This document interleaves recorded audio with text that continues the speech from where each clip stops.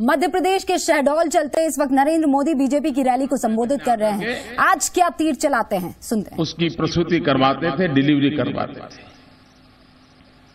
और उसके कारण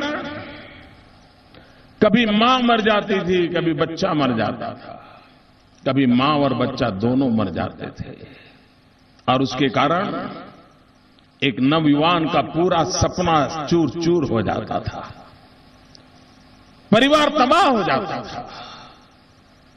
50 साल में कांग्रेस पार्टी को इन मां बच्चों की याद नहीं आई, उनकी देखभाल करने की उनको नहीं सूझी। भाइयों बहनों, शिवराज जी ने मानवता का इतना बड़ा काम किया है कि जब बीजेपी की सरकार बनी 10 साल पहले, उसके पहले इस राज्य में इंस्टीट्यूशनल डिलीवरी सिर्फ 26% थी। आज शिवराज जी की योजनाओं के कारण 84%, 84% माताएं बहनों की डिलीवरी इंस्टीट्यूशनल डिलीवरी होती है। उसके कारण उनका जीवन सुरक्षित हो जाता है।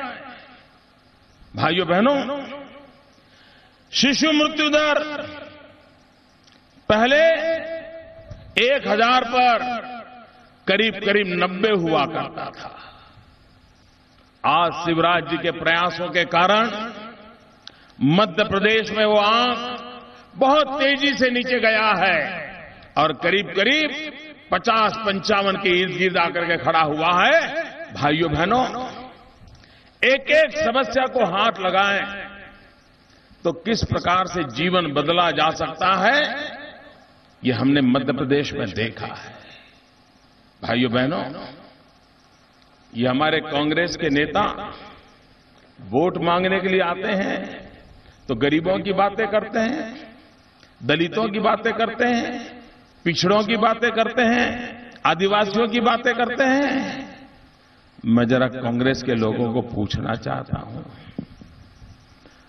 क्या अटल बिहारी वाजपेयी की सरकार बनी आज से 15 साल पहले, 20 साल पहले?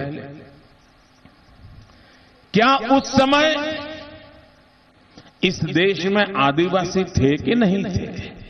मुझे बताइए भैया। देश आजाद हुआ तब आदिवासी थे, भगवान राम जी थे तब आदिवासी थे, भगवान कृष्ण थे तब आदिवासी थे, आजादी का जंग लड़ा गया तब आदिवासी थे ना? सारे देश को पता है कि हिंदुस्तान में सदियों से आदिवासी रहते हैं, हजारों साल से आदिवासी रहते हैं। लेकिन देश आजाद होने के बाद कांग्रेस की एक भी सरकार को, एक भी प्रधानमंत्री को आदिवासियों की याद नहीं आई। वो याद करते थे सिर्फ चुनाव के दिन। चुनाव घोषित होने के बाद वो माला फेरते रहते हैं, उनके माला के जो मणके रहते हैं ना, उसमें यही आता है आदिवासी, दलित, पीड़ित, शोषित, गरीब। ये डिक्शनरी खोल करके डिब्बे से सारे माल लेकर के निकल के आ जाते हैं। 5 साल उनको कभी याद नहीं आता। अगर उनको आदिवासियों की याद आई होती तो देश आजाद होने के बाद जो सरकारों की रचनाएं हुई तो हमारे देश में सबसे पहले आदिवासियों का अलग मंत्रालय बना होता, आदिवासियों के लिए अलग मंत्री होता, आदिवासियों के लिए अलग बजट होता। लेकिन भाइयों बहनों, 50 साल तक कांग्रेस ने राज किया, उनको आदिवासियों की याद नहीं आई। ये अटल बिहारी वाजपेयी की पहली सरकार बनी जिसने अलग आदिवासी मंत्रालय बनाया, अलग आदिवासी मंत्री बनाया और आदिवासियों के कल्याण के लिए अलग बजट की व्यवस्था की और उसके कारण आज देश में आदिवासियों के कल्याण के लिए, आदि जातियों के कल्याण के लिए, वन क्षेत्र के विकास के लिए आज नई नई योजनाएं आकार ले रही है।